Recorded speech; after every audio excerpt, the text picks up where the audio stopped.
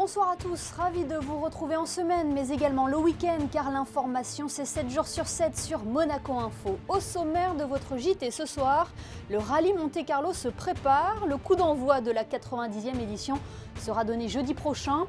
Qui sera au rendez-vous cette année et pourquoi cette édition marque le début d'une nouvelle ère?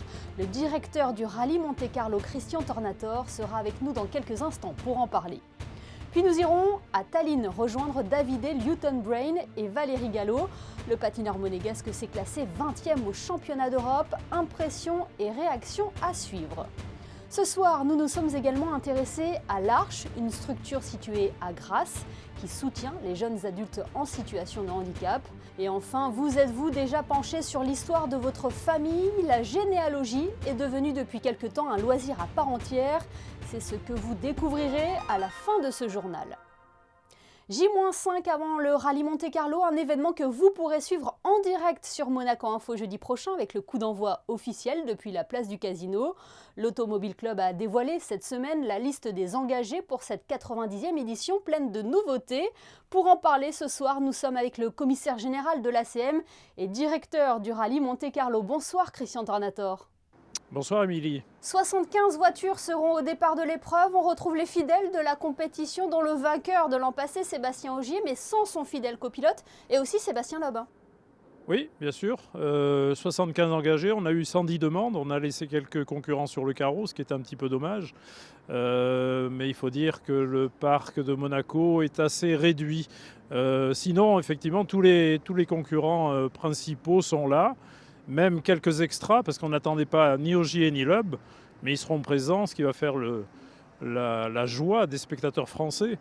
Ils sont venus parce que ce sont des habitués, et ils ont gagné chacun plus de 5 fois le rallye Monte-Carlo, donc on les accueille bien volontiers. Et puis l'édition 2022 du rallye Monte-Carlo symbolise le début d'une nouvelle ère en championnat du monde avec l'apparition des voitures hybrides en WRC. Elles seront 11 en rallye 1 à prendre le départ, c'est ça ? C'est ça. Les 11 voitures prioritaires des pilotes des écuries principales, comme Toyota qui est derrière moi, en train de s'installer d'ailleurs, sont des voitures hybrides. C'est une évolution logique dans la compétition automobile. C'est pas encore du tout électrique, mais peut-être que dans 5-6 ans, on va arriver vers du tout électrique.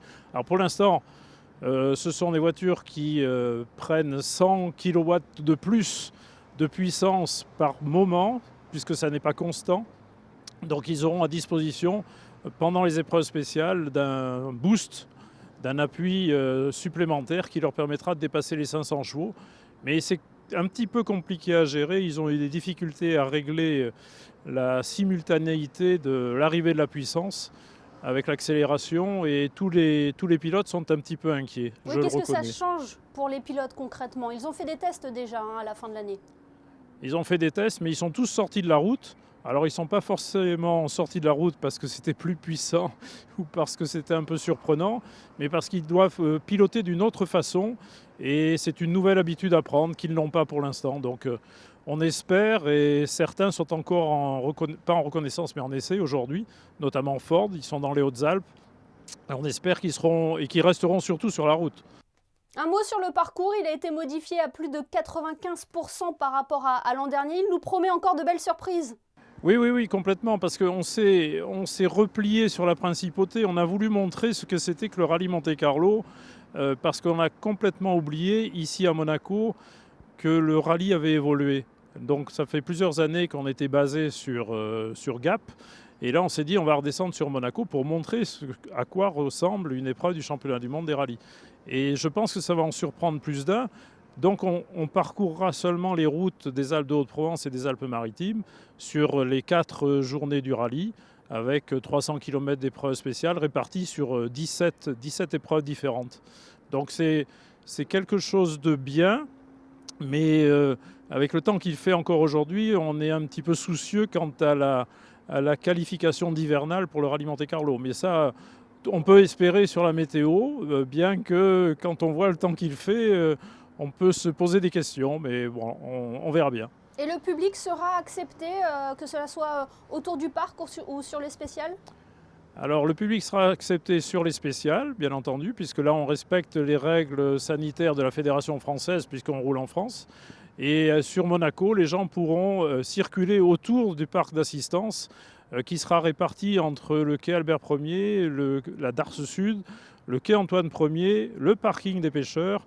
Et on aura aussi un point intéressant et amusant, c'est le stockage des pneumatiques, puisque Pirelli vient avec une demi-douzaine de camions sur l'esplanade des pêcheurs.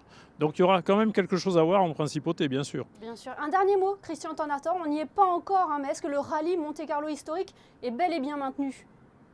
Affirmatif, oui, je confirme. Le rallye Monte-Carlo perd 1 ou 2 clients par jour parce qu'ils viennent de contrées un petit peu lointaines et pour lesquelles les mesures sanitaires sont plus difficiles à mettre en œuvre pour venir en principauté depuis leur pays d'origine. Mais sinon, on avait encore la semaine dernière 278 concurrents engagés. Donc on a grand espoir de les accueillir en principauté dans 15 jours. Eh bien, merci beaucoup, Christian Tornator, d'avoir été avec nous ce soir pour nous exposer cette 90e édition du Rallye Monte-Carlo. Et puis, c'est un événement que vous pourrez suivre également en direct sur Monaco Info. Merci infiniment. Merci, Émilie. Bonne soirée. Et ce direct sera complété par plusieurs émissions spéciales. Les précisions avec vous, Frédéric Elion. Bonsoir. Bonsoir Émilie, effectivement, couverture complète de ce 90e Rallye Monte-Carlo sur Monaco Info. Avec chaque matin dès 8h30, vendredi, samedi et dimanche, votre émission Les Experts du Rallye avec Vanessa Dessy, Christophe Paco et Franck Phillips. Dernier rendez-vous à noter dans vos agendas dimanche à 20h30 pour débriefer ce 90e Rallye Monte-Carlo. Sport toujours, les Jeux Olympiques de Pékin approchent. Les bobeurs monégasques étaient en compétition aujourd'hui à Saint-Moritz. Quels ont été leurs résultats, Frédéric ? À 3 semaines de la plus grande compétition sportive de la planète, dernière manche de Coupe du Monde de bob à 2 cet après-midi à Saint-Moritz sur la dernière piste naturelle au monde. Privé de son pousseur habituel, Boris Vian, malade, Rudy Rinaldi, associé à son frère Anthony, termine 23e de cette épreuve. Oui, et sachez que la délégation monégasque qui participera aux Jeux Olympiques de Pékin sera présentée mardi prochain. Nous recevrons d'ailleurs la secrétaire générale du comité olympique monégasque, Yvette Lambin-Berty. On termine par cette information qui pourrait intéresser les fans de l'AS Monaco, Frédéric. En collaboration avec Copa, l'AS Monaco a lancé hier une réédition limitée du maillot 96-97.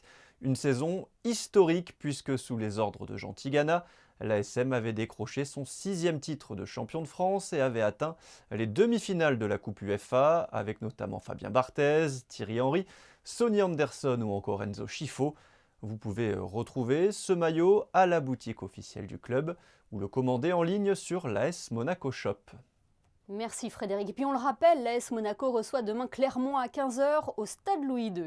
On reste dans le sport avec du patinage artistique. Les championnats d'Europe viennent de se clôturer à Tallinn. Le représentant monégasque Davide Liutenbrain a réalisé un très beau concours en se classant parmi les 20 meilleurs patineurs européens.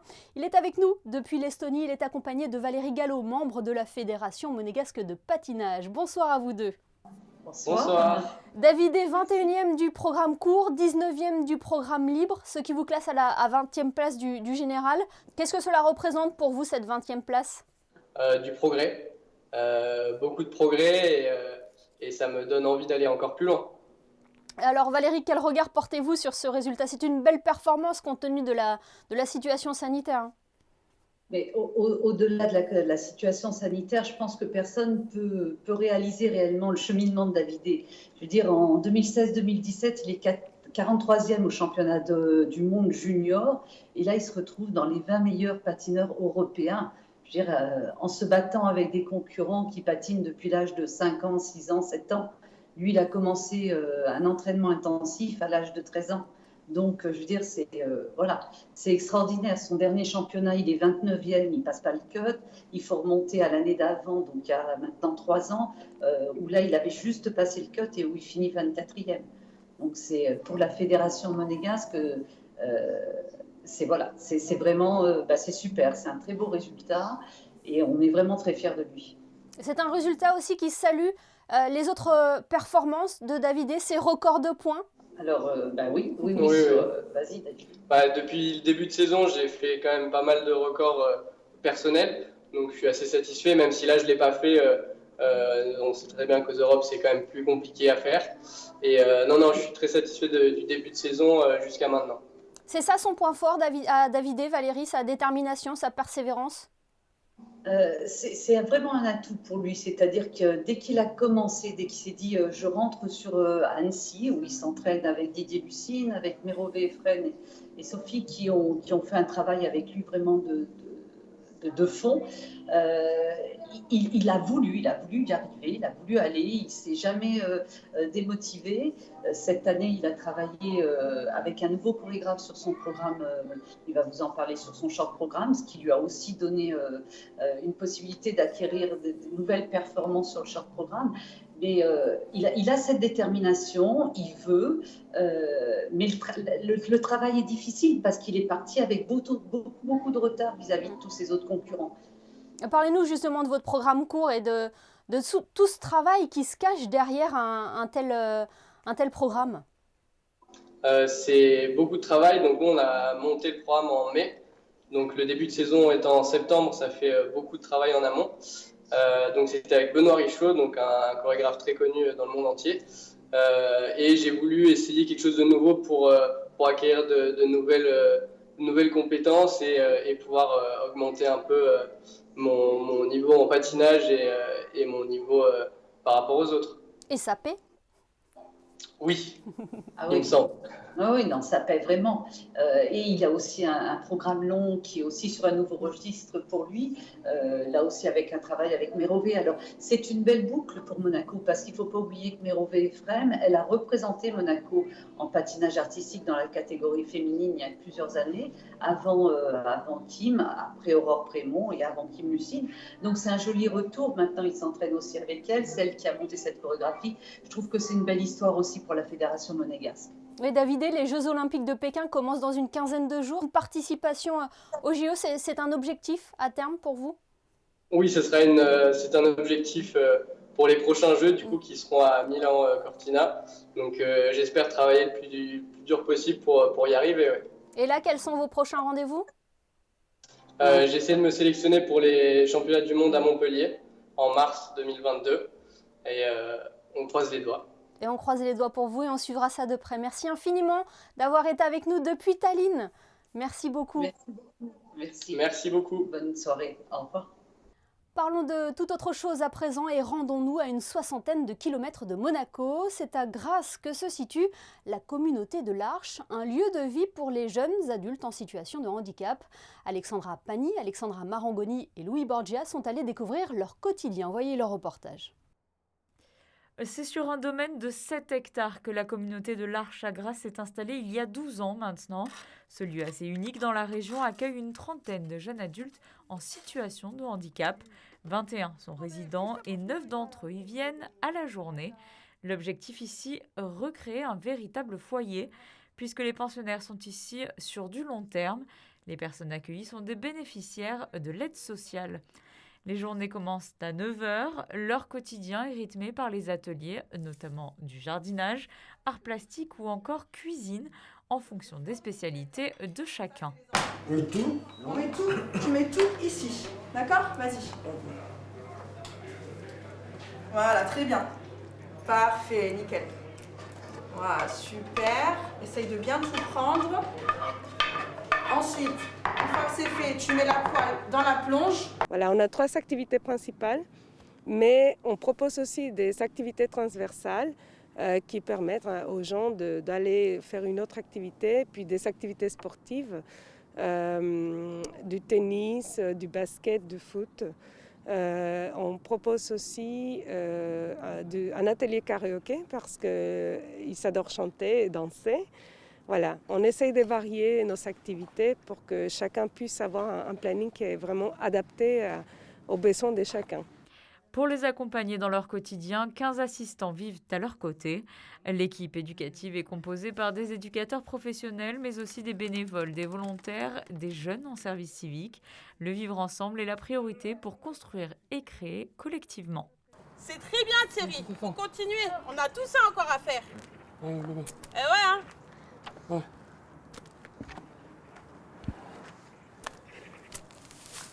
Les Alizés, le Bleu et le Radeau sont les 3 maisonnées construites sur le domaine. Elles abritent chacune une famille reconstituée de 12 membres, 7 personnes en situation de handicap et 5 assistants. Chacun a sa propre chambre, mais telle une famille, tous se retrouvent pour l'heure des repas et partagent des moments conviviaux dans le salon. Donc on l'a ouvert en 2010 avec Romain et Romaric et puis 19 autres personnes qui ont passé des comités de sélection, qui avaient des besoins. C'est donc ici une communauté pour adultes, donc à partir de 20 ans, 21 ans, adultes handicapés mentaux, qui ont des difficultés de vie, qui n'ont pas assez d'autonomie pour pouvoir travailler comme dans un ESAT, un établissement d'aide par le travail comme celui qu'on a fait avec la MAPI à Monaco, et qui sont quand même suffisamment autonomes pour faire de l'artisanat, pour faire du jardinage ou pour faire de la cuisine, comme vous avez pu voir dans les ateliers. Depuis 2014, l'association monégasque des Amis de l'Arche organise le spectacle L'Arche du Cœur, dont les bénéfices sont reversés à l'Arche à Grasse. Ce jour-là, un chèque de 25 000 € a été remis. Il permettra la construction d'un terrain multisport au sein du domaine. Quant au spectacle de cette année, il aura lieu le samedi 5 février à 15 h au Théâtre des Variétés, avec à l'honneur le clown ventriloque Ciboulette et Oscar, et à ne pas manquer une prestation unique de quelques pensionnaires de l'Arche. Le rendez-vous est pris. On retrouve Frédéric Elion pour un nouveau point sur l'information avec ses chiffres concernant la distribution des autotests en principauté. Frédéric. Et plus particulièrement dans les entreprises. Émilie, après 2 semaines, 30 560 autotests ont été distribués auprès de 612 entreprises. Vous le voyez sur ces graphiques. La demande était forte au début du mois, au retour des vacances. Et pour y répondre, plus de 22 800 autotests ont été distribués entre le 4 et le 6 janvier. Je vous rappelle que le télétravail est obligatoire pour tous les postes qui le permettent dans les secteurs privés et publics jusqu'au 31 janvier 2022.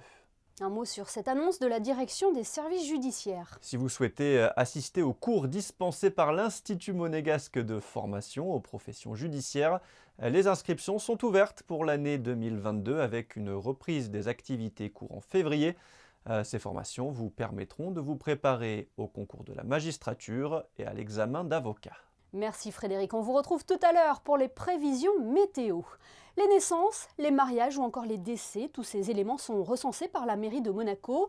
Ils sont enregistrés par l'état civil, notamment pour des études démographiques. Les chiffres de l'année 2021 ont été dévoilés récemment. Que révèlent-ils? Je vous propose d'écouter Françoise Gamère-Dinger à ce sujet. En ce qui concerne les naissances, on est en très nette augmentation pour 2021 puisque nous avons eu 976 naissances dans l'année, soit 50 naissances supplémentaires. Il y a également eu davantage de mariages, mais ça c'est dû au fait aussi que l'année précédente, il y avait eu certaines restrictions avec la Covid, avait empêché malheureusement jusque-là des unions. Certains couples ont souhaité reporter leur union. Nous avons enregistré malheureusement 603 décès, soit un nombre, je pense que ça fait 68 personnes de plus qu'en 2020 qui sont décédées cette année.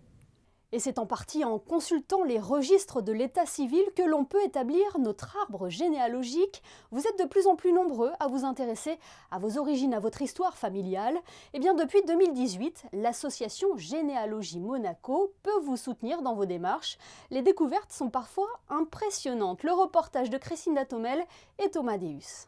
Autrefois, seuls les nobles et les bourgeois pouvaient investir leur généalogie. À présent, c'est devenu un loisir à part entière et qui connaît un fort engouement, notamment depuis la crise sanitaire, notamment en principauté. Généalogie, c'est génos et logos. Alors c'est les sciences de nos origines. Alors qui dit origine dit la famille. Et en général, depuis le Covid, je crois que beaucoup de gens ont pris conscience que la famille était primordiale par rapport au cercle d'amis. Et donc, ça a permis de découvrir des cousins, des cousines vivants, bien sûr, mais également de découvrir l'histoire de la famille que beaucoup avaient oublié. Déjà, on s'intéresse au patronyme que l'on porte, c'est-à-dire celui que votre papa, en général, vous a donné. et on remonte de père en fils, enfin de fils en père, et ainsi de suite, ainsi de suite, par rapport avec la généalogie sur Internet. Et, facilement, on remonte au début du XVIIe siècle, en France. Voilà. Après, ça devient plus compliqué parce que les actes sont écrits en latin. Et puis donc, il faut avoir des connaissances un peu plus approfondies au niveau de la paléographie, ça veut dire l'écriture, qui devient un peu sérieuse, quoi. Je veux dire, très difficile. Et si aujourd'hui la numérisation et l'augmentation de l'offre d'outils de recherche facilitent aussi grandement l'accès à la généalogie en la rendant plus accessible à tous, elle est aussi la porte ouverte à l'aventure et révèle des passions. La généalogie permet parfois de retrouver des origines ou des ancêtres insoupçonnés, mais aussi de lever le voile sur une histoire ignorée. Mon père m'a toujours dit ta grand-mère, les parents de ta grand-mère sont partis, c'était des protestants partis en Allemagne après la révocation de l'édit de Nantes. Et ils étaient des protestants du nord de la France. Pas du tout. Je me suis aperçue, et maintenant j'en veux la preuve, donc c'est pour ça que je continue à faire des recherches. C'était des Vaudois, non pas du canton de Vaud en Suisse, mais des Vaudois persécutés italiens. Atout biographique et historique donc, la généalogie nécessite un travail de recherche ardu, mais enrichissant. Faire son arbre généalogique, ce n'est pas seulement remplir des cases, c'est aussi s'immerger dans le passé et comprendre le mode de vie de nos ancêtres. Et si cela vous dit vous aussi de vous lancer dans la construction de votre arbre généalogique, connectez-vous sur le site généalogiemonaco.org pour prendre contact avec l'association. Mardi à 20h au Théâtre des Variétés, l'Institut audiovisuel de Monaco propose de vous replonger dans un film de Jean Renoir, Partie de campagne. Nous y revenons avec Fabien Bonilla et Vincent Vatrican.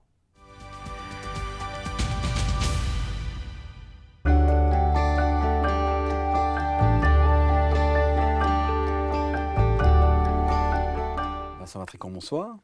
Bonsoir Fabien. Aujourd'hui, nous parlons d'un film de Jean Renoir de 1946, Partie de campagne. Un mot sur ce film, peut-être même plusieurs mots.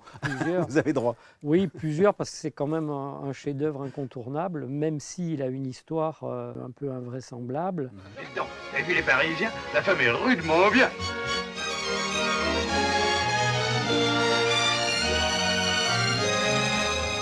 J'ai envie d'aller leur parler.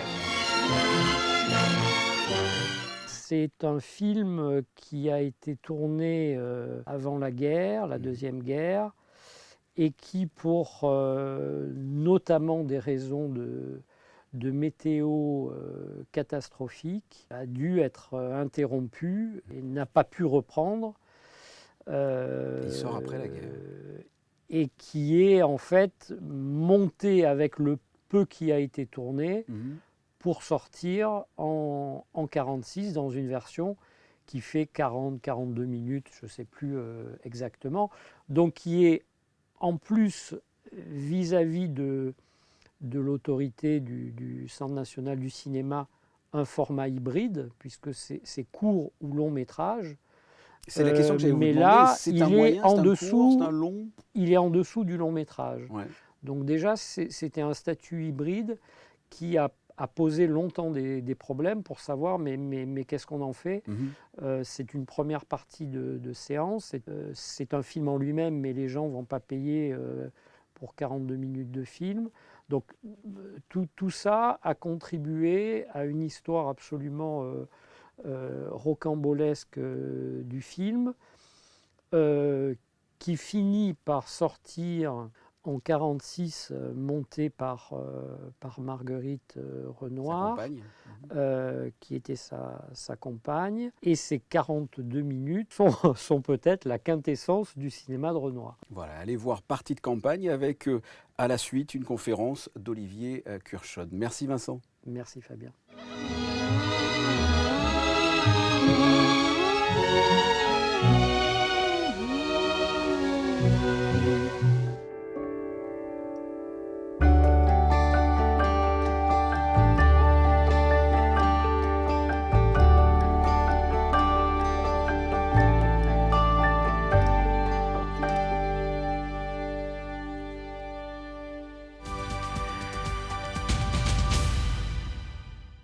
Partie de campagne de Jean Renoir, c'est donc ce mardi à 20h au Théâtre des Variétés. Avant de nous quitter, jetons un coup d'œil sur vos prévisions météo.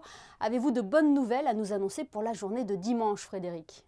Clairement, Émilie, puisqu'un grand soleil rayonnera encore dans le ciel. Toute la journée, le vent se lèvera dans l'après-midi et les températures seront comprises entre 7 et 12 degrés dimanche 16 janvier.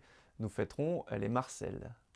Merci Frédéric et merci à vous de nous être fidèles chaque soir sur Monaco Info. On se quitte en images avec la patinoire de Monaco, là où notre invité David Luitenbrein a fait ses premiers pas sur la glace. Il y a peut-être, qui sait, dans les photos de Stéphane Dana qui vont suivre le nouvel espoir monégasque. Passez une excellente soirée et à demain 20h pour le best-of de la semaine.